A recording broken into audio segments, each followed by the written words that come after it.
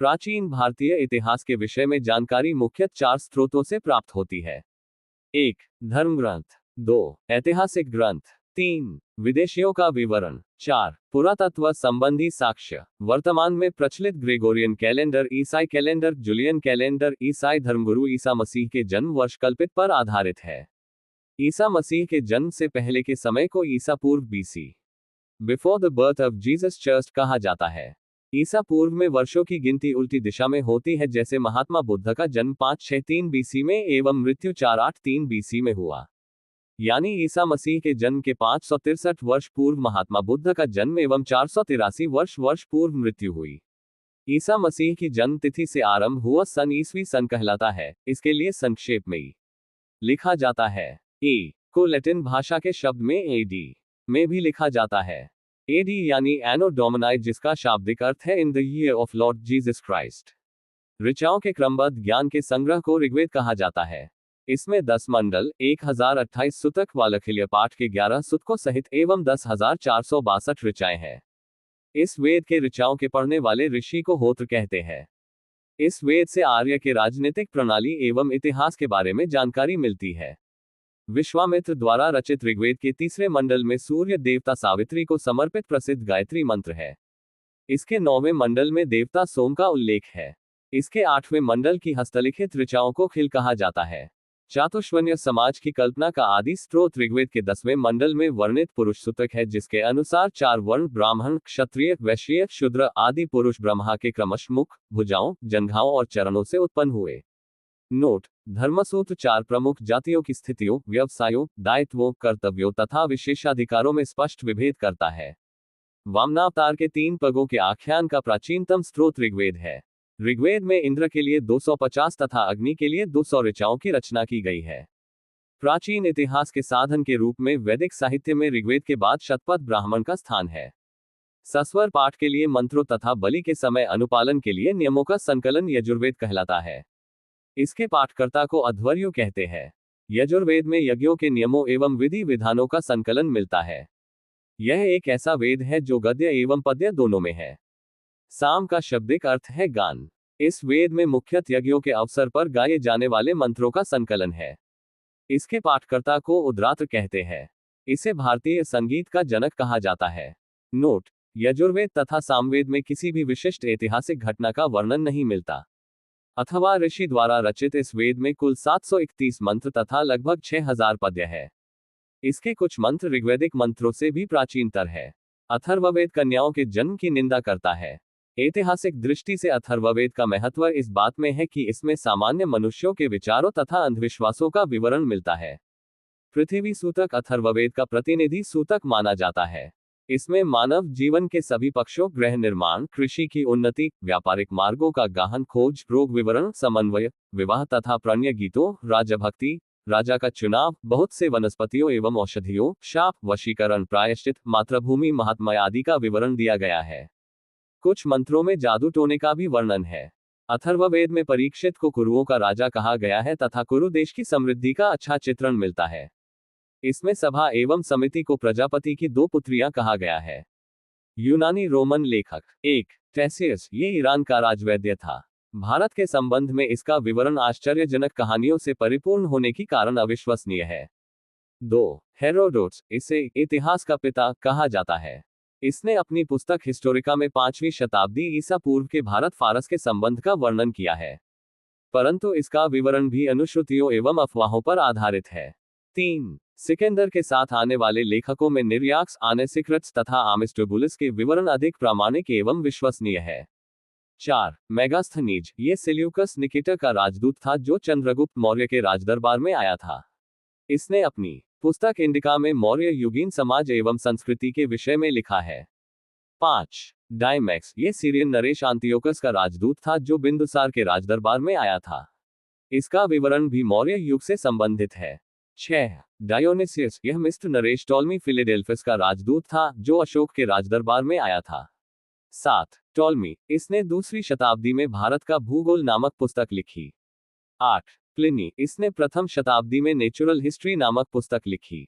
इसमें भारतीय पशुओं, पेड़ पौधों, खनिज पदार्थों आदि के बारे में विवरण मिलता है। 9. पेरिप्लरा ऑफ द इरिथ्रियन सी. इस पुस्तक के लेखक के बारे में जानकारी नहीं है। ये लेखक करीब 80 में हिंद महासागर की यात्रा पर आया था। इसने उस समय के भारत के बंदरगाहों तथा व्यापारिक वस्तुओं के बारे में जानकारी दी है। बी. चीनी लेखक. 1. फाहियान. ये चीनी यात्री गुप्त नरेश चंद्रगुप्त द्वितीय के दरबार में आया था। इसने अपने विवरण में मध्य प्रदेश के समाज एवं संस्कृति के बारे में वर्णन किया है। इसने मध्य प्रदेश की जनता को सुखी एवं समृद्ध बताया है। ये 14 वर्षों तक भारत में रहा। 2. संयुगन. ये 518 ही में भारत आया। इसने अपने 3 वर्षों की यात्रा में बौद्ध धर्म की प्राप्तियां एकत्रित की। 3. ह्वेनसांग. ये हर्षवर्धन के शासनकाल में भारत आया था। ह्वेनसांग 629 में चीन से भारतवर्ष के लिए प्रस्थान किया और लगभग 1 वर्ष की यात्रा के बाद सर्वप्रथम वह भारतीय राज्य कपिशा पहुंचा। भारत में 15 वर्षों तक ठहरकर 645 में चीन लौट गया। वह बिहार में नालंदा जिला स्थित नालंदा विश्वविद्यालय में अध्ययन करने तथा भारत से बौद्ध ग्रंथों को एकत्र कर ले जाने ले लिए आया था। इसका भ्रमण वृतांत CU के नाम से प्रसिद्ध है, जिसमें 138 देशों का विवरण मिलता है। इसने हर्षकालीन समाज, धर्म तथा राजनीति के बारे में वर्णन किया है। इसके अनुसार सिंध का राजा शूद्र था। ह्वेनसांग ने बुद्ध की प्रतिमा के साथ साथ सूर्य और शिव की प्रतिमाओं का भी पूजन किया था। नोट: ह्वेनसांग के अध्ययन के समय नालंदा विश्वविद्यालय के कुलपति आचार्य शीलभद्र थे।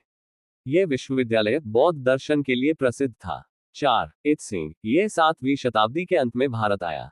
इसने अपने विवरण में नालंदा विश्वविद्यालय, विक्रमशिला विश्वविद्यालय तथा अपने समय के भारत का वर्णन किया है। सी. अरबी लेखक. 1. अलबरूनी. यह महमूद गजनवी के साथ भारत आया था। अरबी में लिखी गई उसकी कृति किताब उल हिंद या तहकीक-ए-हिंद भारत की खोज आज भी इतिहासकारों के लिए एक महत्वपूर्ण स्रोत है। यह एक विस्तृत ग्रंथ है जो धर्म और दर्शन, त्योहारों, खगोल विज्ञान, कीमिया, रीति रिवाजों तथा प्रथाओं, सामाजिक जीवन, भार तौल तथा मापन विधियों, मूर्तिकला, कानून, मापतंत्र विज्ञान आदि विषयों के आधार पर 80 अध्यायों में विभाजित है। इसमें राजपूत कालीन समाज, धर्म, रीति रिवाज, राजनीति आदि पर सुंदर प्रकाश डाला गया है। 2. Ibn Battuta. इसके द्वारा अरबी भाषा में लिखा गया उसका यात्रा वृतांत, जिसे रिहला कहा जाता है, 14वीं शताब्दी में भारतीय उपमहाद्वीप के सामाजिक तथा सांस्कृतिक जीवन के विषय में बहुत ही प्रचुर तथा सबसे रोचक जानकारियां देता है। 1333 में दिल्ली पहुंचने पर इसकी विद्वता से प्रभावित होकर सुल्तान मुहम्मद बिन तुगलक ने उसे दिल्ली का काजी या न्यायाधीश नियुक्त किया। डी. अन्य लेखक. 1. तारानाथ. यह एक तिब्बती लेखक था। इसने कंगयूर तथा तंगयूर नामक ग्रंथ की रचना की। इनसे भारतीय इतिहास के बारे में जानकारी मिलती है। 2. Marco Polo. यह 13वीं शताब्दी के अंत में पांड्य देश की यात्रा पर आया था। इसका विवरण पांड्य इतिहास के अध्ययन के लिए उपयोगी है। 1400 ईसा पूर्व के अभिलेख बोगाज कोई, एशिया माइनर से वैदिक देवता मित्र, वरुण, इंद्र और नासत्य अश्विनी कुमार के नाम मिलते हैं। मध्य भारत में भागवत धर्म विकसित होने का प्रमाण यवन राजदूत होलियोडोरस के वैसगा विदिशा गरुड़ स्तंभ लेख से प्राप्त होता है। सर्वप्रथम भारतवर्ष का जिक्र हाथी गुफा अभिलेख में है। सर्वप्रथम दुर्भिक्ष का जानकारी देने वाला अभिलेख सोहगौरा अभिलेख है। इस अभिलेख में संकट काल में उपयोग हेतु खाद्यान्न सुरक्षित रखने का भी उल्लेख है। सर्वप्रथम भारत पर होने वाले हुन आक्रमण की जानकारी भीतरी स्तंभ लेख से प्राप्त होती है। सती प्रथा का पहला लिखित साक्ष्य एरन अभिलेख शासक भानुगुप्त से प्राप्त होती है। सातवाहन राजाओं का पूरा इतिहास उनके अभिलेखों के आधार पर लिखा गया है। रेशम बुनकर की श्रेणियों की जानकारी मंदसौर अभिलेख से प्राप्त होती है। कश्मीरी नवपाषाणिक पुरास्थल बुर्जहोम से गर्तावास गड्ढा घर का साक्ष्य मिला है। इनमें उतरने के लिए सीढ़ियां होती थी। प्राचीनतम सिक्कों को आहत सिक्के कहा जाता है। इसी को साहित्य में काशार्पण कहा गया है। समुद्रगुप्त की वीणा बजाती हुई मुद्रा वाले सिक्के से उसके संगीत प्रेमी होने का प्रमाण मिलता है। अरिकमेंडो पुदुचेरी के निकट से रोमन सिक्के प्राप्त हुए हैं। नोट: सबसे पहले भारत के संबंध बर्मा, सुवर्णभूमि वर्तमान में म्यांमार, मलाया, स्वर्णद्वीप, कंबोडिया, कंबोज और जावा यवद्वीप से स्थापित हुए। उत्तर भारत के मंदिरों की कला की शैली नागर शैली एवं दक्षिण भारत के मंदिरों की कला द्राविड़ शैली कहलाती है। दक्षिणापथ के मंदिरों के निर्माण में नागर और द्रविड़ दोनों शैलियों का प्रभाव पड़ा, अतः ये वैसा शैली कहलाती है। पंचायतन शब्द मंदिर रचना शैली से संबंधित है। एक हिंदू मंदिर तब पंचायतन शैली का कहलाता है जब मुख्य मंदिर 4 सहायक मंदिरों से घिरा होता है। पंचायतनम मंदिर के उदाहरण है कंदरिया महादेव मंदिर खजुराहो, ब्रहेश्वर मंदिर भुवनेश्वर, लक्ष्मण मंदिर खजुराहो, लिंगराज मंदिर भुवनेश्वर, दशावतार मंदिर देवगढ़ छोटाऊ, गोंडेश्वर मंदिर महाराष्ट्र, हाथी गुफा अभिलेख, तिथि रहित अभिलेख शासक कलिंग राज खारवेल, जूनागढ़ गिरनार अभिलेख शासक रुद्रदामन, नासिक अभिलेख गौतमी वर्षी, प्रयाग स्तंभ लेख समुद्रगुप्त, ऐहोल अभिलेख पुलकेशिनी, मंदसौर अभिलेख मालवा नरेश यशोवर्मन, ग्वालियर अभिलेख प्रतिहार नरेश भोज, भित्री एवं जूनागढ़ अभिलेख स्कंदगुप्त, देवपाड़ा अभिलेख बंगाल शासक विजय सेन। नोट: अभिलेखों का अध्ययन एपिग्राफी कहला